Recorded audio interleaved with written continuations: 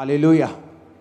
मरकुस 1 उसकी 1 आयत में लिखा है, परमेश्वर के पुत्र यीशु मसीह के सुसमाचार का आरंभ, जैसा यशाया भविष्यद्वक्ता की पुस्तक में लिखा है, देख मैं अपने दूत को तेरे आगे भेजता हूं जो तेरे लिए मार्ग सुधारेगा। हम बाइबल जब पढ़ते हैं ना, हम इस तरह से पढ़ते हैं जैसे ये वचन एक पास्ट टेंस है, कि ये वचन एक बीता हुआ समय है जिसे मैं पढ़ रही हूं कि ये पुराने समय में हुआ था। समझ आ रही है कि नहीं? अगर यीशु मसीह भी आपकी तरह वचन पढ़ते तो जब यशाया भविष्यद्वक्ता की पुस्तक उन्हें लाकर दी गई तो उसमें लिखा था कि परमेश्वर का आत्मा किस पे है और उसने कंगालों को सुसमाचार सुनाने के लिए मेरा अभिषेक किया। तो अगर परमेश्वर भी बाइबल हम जैसी पढ़ते तो यही सोचते कि 700 साल पुराना वचन पढ़ रहा हूं, लेकिन यीशु मसीह ने जब बाइबल को खोला तो वो ये बात जानते थे कि ये वचन मेरे लिए लिखा है। तो इसलिए उन्होंने कहा, आज ये लेख तुम्हारे सामने पूरा हुआ है। उसने कहा कि देख मैं अपने दूत को तेरे आगे भेजता हूं जो तेरे लिए मार्ग सुधारेगा। किसके लिए मार्ग सुधारेगा? जीसस के लिए। कौन थे जीसस? परमेश्वर का एक रूप, परमेश्वर धरती के ऊपर अपने इंसान के रूप में आया। वो पूरा इंसान भी था और पूरा परमेश्वर भी था। अगर वो पूरा इंसान था और है तो आप इस वचन को अपने लिए भी ले सकते हैं। जिस दिन आप जीसस क्राइस्ट की तरह पिता को खुश करना शुरू कर देंगे, जिस दिन आप जीसस क्राइस्ट की तरह उसकी पवित्रताई को पहन लेंगे और अपना लेंगे और अपने ऊपर ओढ़ लेंगे, और आप यीशु मसीह की जिस तरह वचनों से प्यार करते थे उसी तरह आप खुदा के वचनों से जब प्यार करने लगेंगे तो वो ये वचन आपके लिए भी पूरा होगा कि वो तेरे आगे दूतों को भेजेगा जो तेरे मार्ग को सीधा करेंगे। आप देखेंगे फिर क्या होता है, किस तरह से आपके रास्ते सीधे होते हैं जो टेढ़े हो चुके हैं, किस तरह से आपके परिवार के रास्ते सीधे होते हैं, किस तरह से आपके बच्चों की पढ़ाई के रास्ते सीधे होते हैं, किस तरह से आपके हस्बैंड की पढ़ाई के, उसके हस्बैंड के बिजनेस के रास्ते सीधे होते हैं। ओ आमीन। मेरे को ऊंचे वाला चाहिए चर्च। हालेलुया। उसने कहा अपने दूत को तेरे आगे भेजता हूं जो तेरे लिए मार्ग सुधारेगा। फिर यह वचन आपके लिए भी है। जिस दिन आप जीसस क्राइस्ट को प्रसन्न करना शुरू कर देंगे, उसके वचन को स्थान देना शुरू कर देंगे, नशे व्यभिचार और चोरियां छोड़ देंगे, उस दिन वो दूतों को आपके आगे भेजेगा। ये किस दूत की बात वो कर रहा है? इसमें 2 तरह के हेल्पर्स होते हैं। एक हेल्पर होते हैं शारीरिक रूप में, जो आपको शारीरिक रूप में मिलते हैं। वो आपका परमेश्वर का एक दास हो सकता है, एक अच्छी चर्च आपका मिलना आपको हो सकता है, या कोई डिवाइन हेल्पर आपकी लाइफ में हो सकता है। आपका बॉस हो सकता है, आपका स्टाफ भी हो सकता है, जिसने नमान कोड़ी की तरह उसके कोड को उसकी स्टाफ ने ही बोल दिया था कि अगर तू भविष्यद्वक्ता के पास जाए तो तेरा कोड ठीक हो सकता है। एक असली दास के पास जाए तो कोड ठीक हो सकता है। एक शारीरिक हेल्पर, फिजिकल हेल्पर, एक ऐसा हेल्पर, एक ऐसा दूत जो शरीर में है। जब एक व्यक्ति यीशु मसीह को प्रसन्न करना शुरू करता है, ये उसके लाइफ की एक निशानी होगी कि लोग उसके साथ खड़े होंगे, और वो लोग ऐसे होंगे जो कि बिना किसी लालच के उसके साथ खड़े होंगे, और लोग हैरान होंगे कि ये बंदा इनको कोई शारीरिक लालच भी नहीं देता और फिर भी ये इनके साथ खड़े होते हैं, क्योंकि वो सब परमेश्वर ने आपके लिए खड़े किए होते हैं। जब आप यीशु मसीह को प्रसन्न करना शुरू कर देंगे, एक निशानी मैं आपको देता हूं। जिस दिन आप वचन पे चलना शुरू कर देंगे, इंसानी हेल्पर्स आपको मिलना शुरू हो जाएंगे, आपकी लाइफ में वो एंटर करना शुरू हो जाएंगे। वो कहां से एंटर करेंगे आप हैरान हो जाएंगे, लेकिन जल्द आपको कोई मिलेगा जो आपके मार्ग को सीधा करेगा और सुधारेगा। जल्द वो आपकी हेल्प करने वाला है। वो हेल्पर्स रिसीव करो अपनी स्पिरिट में आमीन बोलते हुए। इसमें 2 तरह के हेल्पर्स हैं। इसमें लिखा है, जब हम 10 आयत में पढ़ते हैं, जब वह जल से निकलकर ऊपर आया तो तुरंत आकाश को खुलते और आत्मा को कबूतर के समान अपने ऊपर उतरते देखा, और आकाशवाणी हुई, तू मेरा प्रिय पुत्र है, मैं तुझसे खुश हूं। तब आत्मा ने तुरंत उसको जंगल की ओर भेजा। जंगल में 40 दिन तक प्रभु यीशु मसीह की शैतान ने परीक्षा की और वे वन पशुओं के साथ रहे। प्रभु यीशु मसीह वन पशुओं के साथ रहते हुए वहीं रहे और स्वर्गदूत उनकी सेवा करते रहे। ये स्वर्गदूत कौन से थे? शारीरिक या आत्मिक? आत्मिक। दो तरह की हेल्प हेवन परमेश्वर आपके लिए भेजता है। एक वो हेल्प है जो संसारिक रूप में आपको मिलती है। आप कोर्ट केस में हैं, आपको फेवर मिलना शुरू हो जाता है, समाज आप पे फेवर करना शुरू कर देता है, लोग आप पर फेवर करना शुरू कर देते हैं, क्योंकि जब आप यीशु मसीह को प्रसन्न करना शुरू करते हैं तो वचन ये कहता है कि परमेश्वर संसारिक रीति के साथ हेल्पर्स को, मददगारों को, दूतों को तेरे आगे भेजेगा जो तेरे रास्ते को साफ करेंगे। लेकिन दूसरी हेल्प भी उसने कही है। उसने कहा जब शैतान यीशु मसीह के साथ लड़ता और उसकी परीक्षा करता था तो बाइबल कहती है वो वन पशुओं के साथ रहा और स्वर्गदूत उसकी सेवा करते रहे। दूसरी हेल्प होती है जो स्वर्ग से आपको मिलती है, वो दूत जो आपको एक्सीडेंट से बचाते हैं, वो दूत जो आपको बीमारियों से बचाते हैं, वो दूत जो आपको मौत से बचाते हैं, वो दूत जो आपके साथ सुरक्षा के रहते हैं, हमेशा आपके संग रहते हैं और शैतान को सब शैतानी काम करने से आपकी लाइफ में रोकते हैं, क्योंकि परमेश्वर को आपने खुश कर दिया है। लिखा जब वो बपतिस्मा लेकर जल के ऊपर आया तो पवित्र आत्मा उस पर उतरा। वो वन पशुओं के साथ रहा, भालू के साथ रहा पर भालू उसे खा नहीं पाया, शेर के साथ रहा, शेर उसे खा नहीं पाया, सांपों के साथ रहा, वो उसे काट नहीं पाए। नेचर भी आपकी हेल्प करना शुरू कर देती है, कुदरत भी आपकी हेल्प करती है, कुदरत भी आपके साथ चलती है। फिर ये गर्मी आपको बीमार करने की बजाय आपको हेल्दी कर जाएगी, ज्यादा सर्दी आपको बीमार करने की बजाय आपको स्ट्रांग कर जाएगी, क्योंकि कुदरत भी आपके साथ रहेगी जब आप परमेश्वर के साथ रहेंगे। तो आप मेरी बात समझ रहे कि नहीं? कारण एक ही है कि क्या आप परमेश्वर के साथ जुड़े हुए हैं कि नहीं। अगर आप अभी भी कुंडियां लगाते हैं, आप बिजली चोरी करते हैं, आप तेल चोरी करते हैं, गल्लों से चोरी करते हैं, अपनी दुकानों से, अपने मालिकों से चोरी करते हैं, घरों में काम करने वक्त चोरी करते हैं, ऑफिस फैक्ट्री में काम करते वक्त चोरी करते हैं, फिर यह वचन आप लोगों के लिए नहीं है। क्योंकि वचन में लिखा है तू चोरी ना कर, तू व्यभिचार ना कर, अपने माता पिता की आज्ञा को मान, झूठी साक्षी, झूठी गवाही ना दे, अपने भाई को बदनाम ना कर। अगर तुम वचन को तोड़ते हो तो ना तो शारीरिक हेल्पर काम आते हैं, फिर लोग ऑफेंड हो जाते हैं, निराश हो जाते हैं।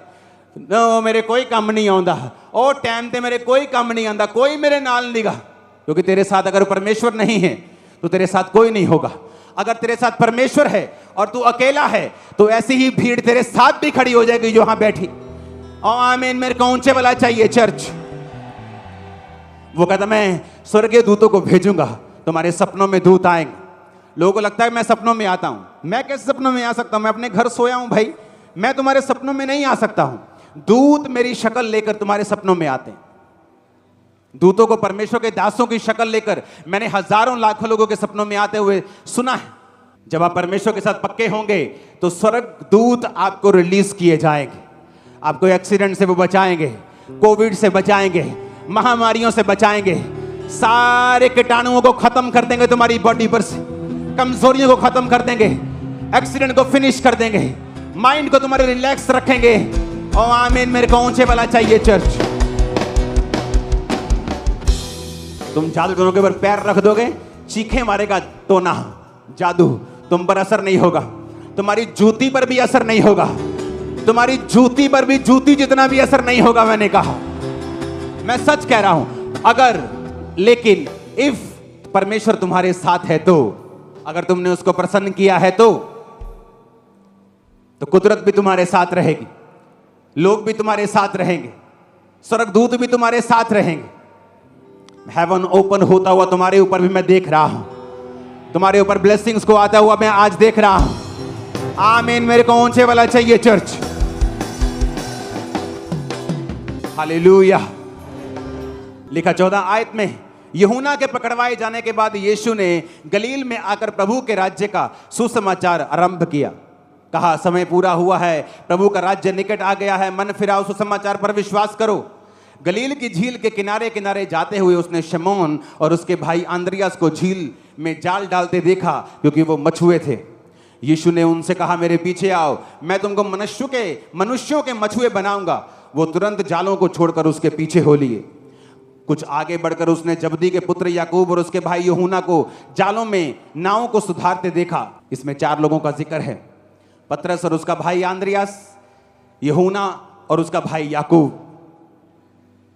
परमेश्वर ने कहा, जब पतरस और आंद्रियास को झील में देखा, कहा, मेरे पीछे आ जाओ। क्या हो गया भाई, कौन हो तुम लोग? तुम कौन हो, मैं तुम्हारे पीछे आ जाऊं? अपना बिजनेस छोड़ के, काम धंधा छड़ के तेरे पीछे लग जाइए भाई, की गल?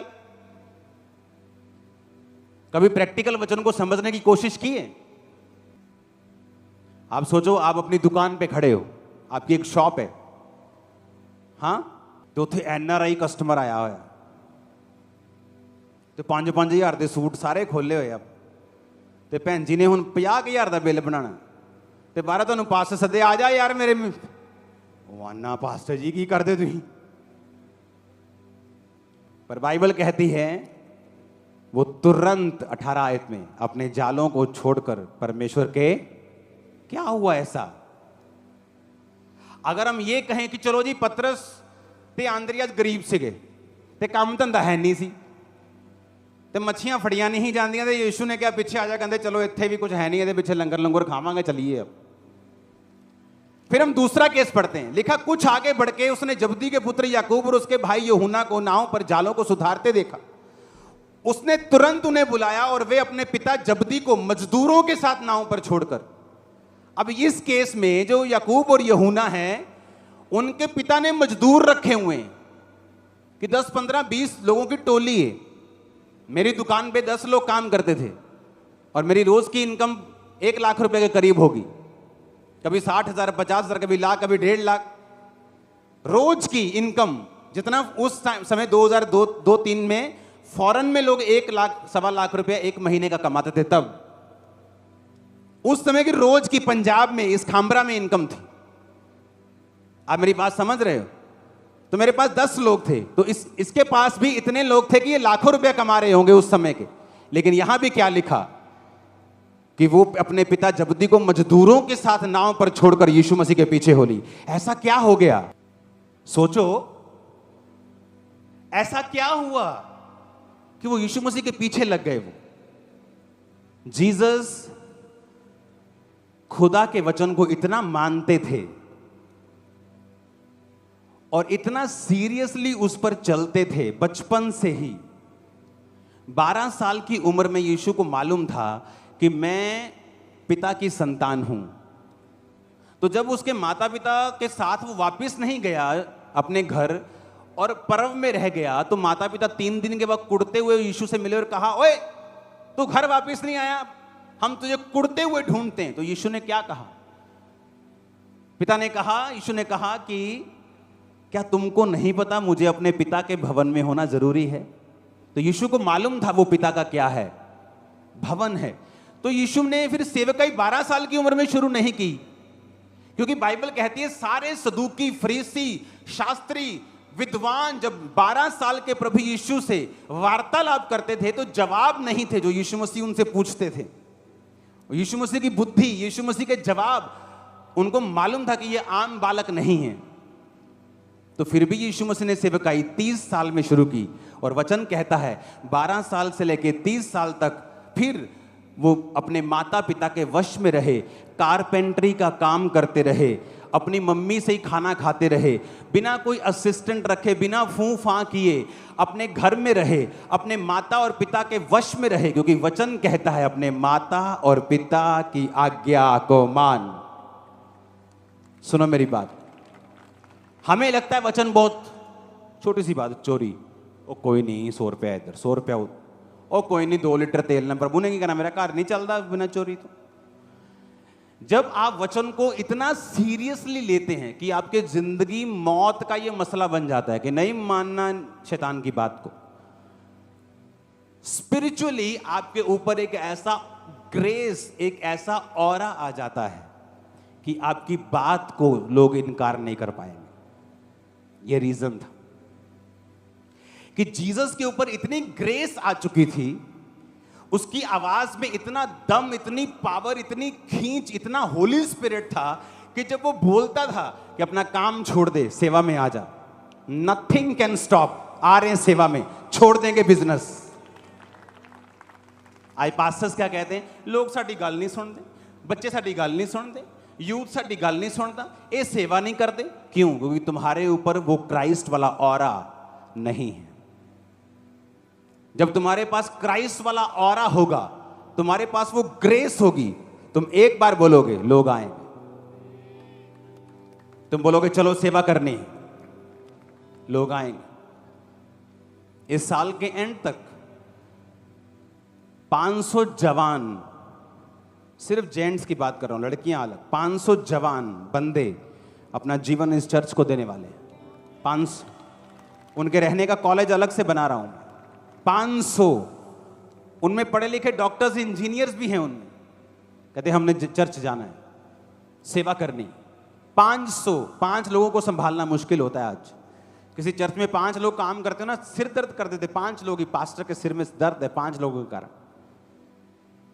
जब आप वर्ड को सीरियसली लेंगे, मैं आपको बता रहा हूं, आपके ऊपर एक ग्रेस कवर करेगी, एक ऑरा, एक सामर्थ, एक अम्ब्रेला, एक छतरी बन जाएगी आपके आसपास।